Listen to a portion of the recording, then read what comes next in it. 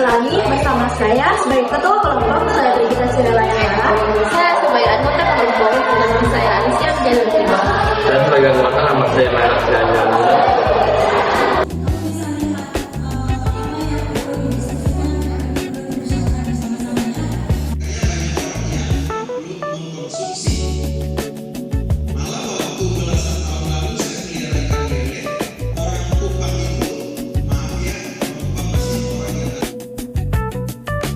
Konsep utama budidaya ikan lele dimulai dengan pemilihan benih yang aktif, berukuran seragam, dan tidak cacat untuk mencegah sifat kanibalisme serta menjaga kualitas air pada kisaran pH 6-8 dan suhu air 26-30 derajat Celcius dengan bantuan sistem sirkulasi atau probiotik agar terhindar dari penumpukan amonia dan penyakit. Pemberian pakan berprotein tinggi dilakukan secara teratur 3 kali sehari sebanyak 3-5% dari berat biomasa ikan guna menghindari pemberian berlebih yang dapat merusak air, disertai penyortiran ukuran berkala hingga ikan siap dipanen pada usia 2-3 bulan. Secara praktis, budidaya bisa diterapkan dengan metode hemat air dan lahan seperti budik damber yang menggabungkan pemeliharaan lele dan tanaman hidroponik serta pengelolaan air dengan cara mengganti sebagian air secara rutin, bukan menguras habis, sambil tetap disiplin menjaga jadwal pemberian pakan agar ikan tumbuh sehat dan optimal.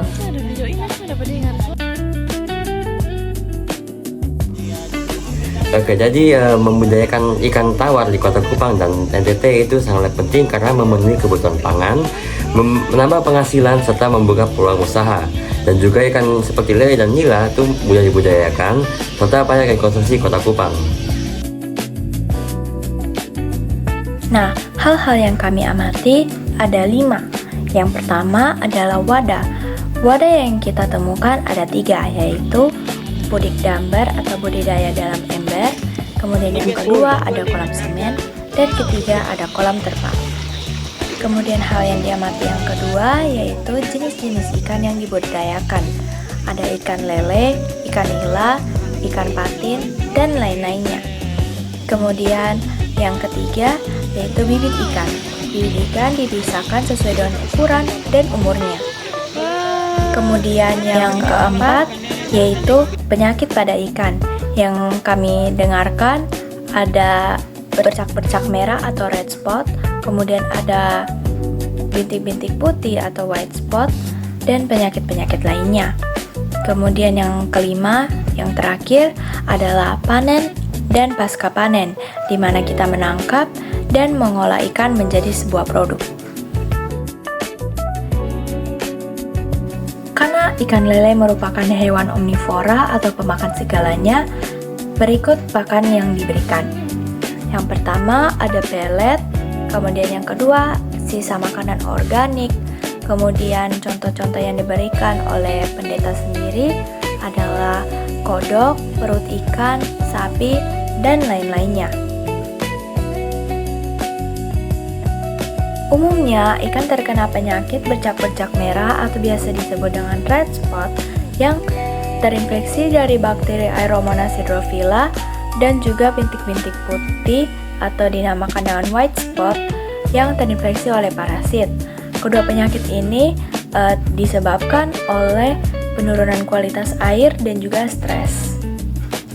Sehingga untuk mencegah ikan mendapatkan kedua penyakit tersebut, kita perlu untuk mengganti air secara rutin, yaitu 4 kali sebulan atau setiap minggu, berikan nutrisi yang cukup pada ikan, dan juga atur kepadatan kolam.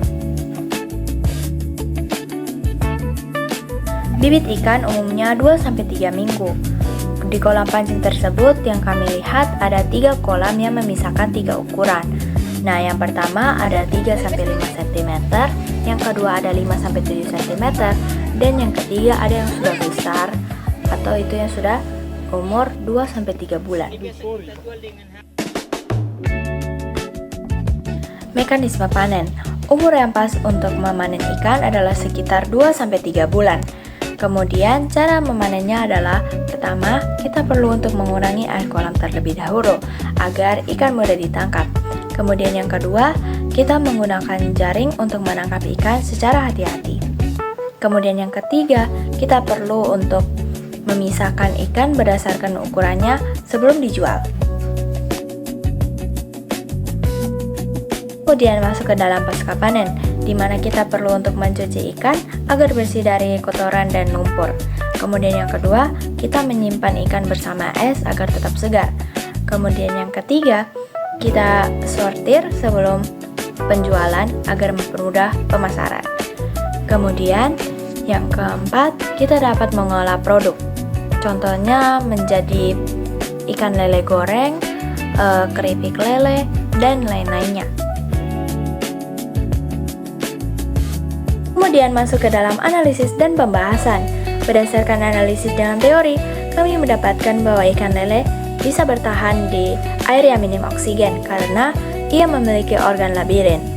Dan juga ia merupakan hewan nokturnal atau hewan yang aktif di malam hari. Berdasarkan praktik, kami melihat bahwa ikan lele terus berenang naik ke permukaan air untuk menghirup udara atau oksigen. Karena kita berobservasi pada pagi hingga siang hari, kami melihat bahwa ikan lele kurang aktif karena mereka beristirahat dan menyimpan energi untuk malam hari. Tantangan dalam membudidayakan ikan tawar yang pertama yaitu kekurangan air saat musim kemarau karena panas matahari, kemudian harga pakan yang lumayan mahal, kemudian yang terakhir itu penyakit ikan seperti white spot dan lain yang bisa membunuh ikan. Nah, meskipun begitu, membudidayakan ikan tawar itu memiliki manfaat juga. Yang pertama itu bisa dimakan oleh keluarga saat waktu panen, kemudian bisa dijual juga ke orang lain.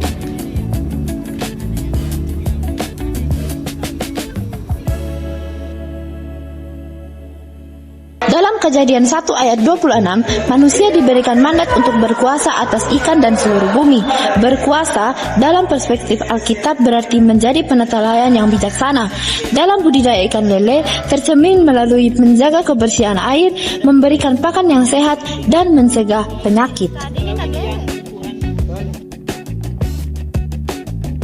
Simpulan, ikan lele merupakan ikan yang gampang untuk dibudidayakan di NTT, namun memiliki tantangannya seperti biaya pakan, kualitas air yang perlu dijaga, penyakit dari ikan, cuaca ekstrim, dan lain-lainnya. Namun, ikan lele memiliki banyak manfaat untuk tubuh kita karena ia merupakan sumber protein hewani bagi tubuh kita juga. Ia bisa membantu dalam mendukung pertumbuhan dan pemulihan tubuh kita, meningkatkan kesehatan otak dan jantung kita, mencegah anemia, dan lain-lainnya.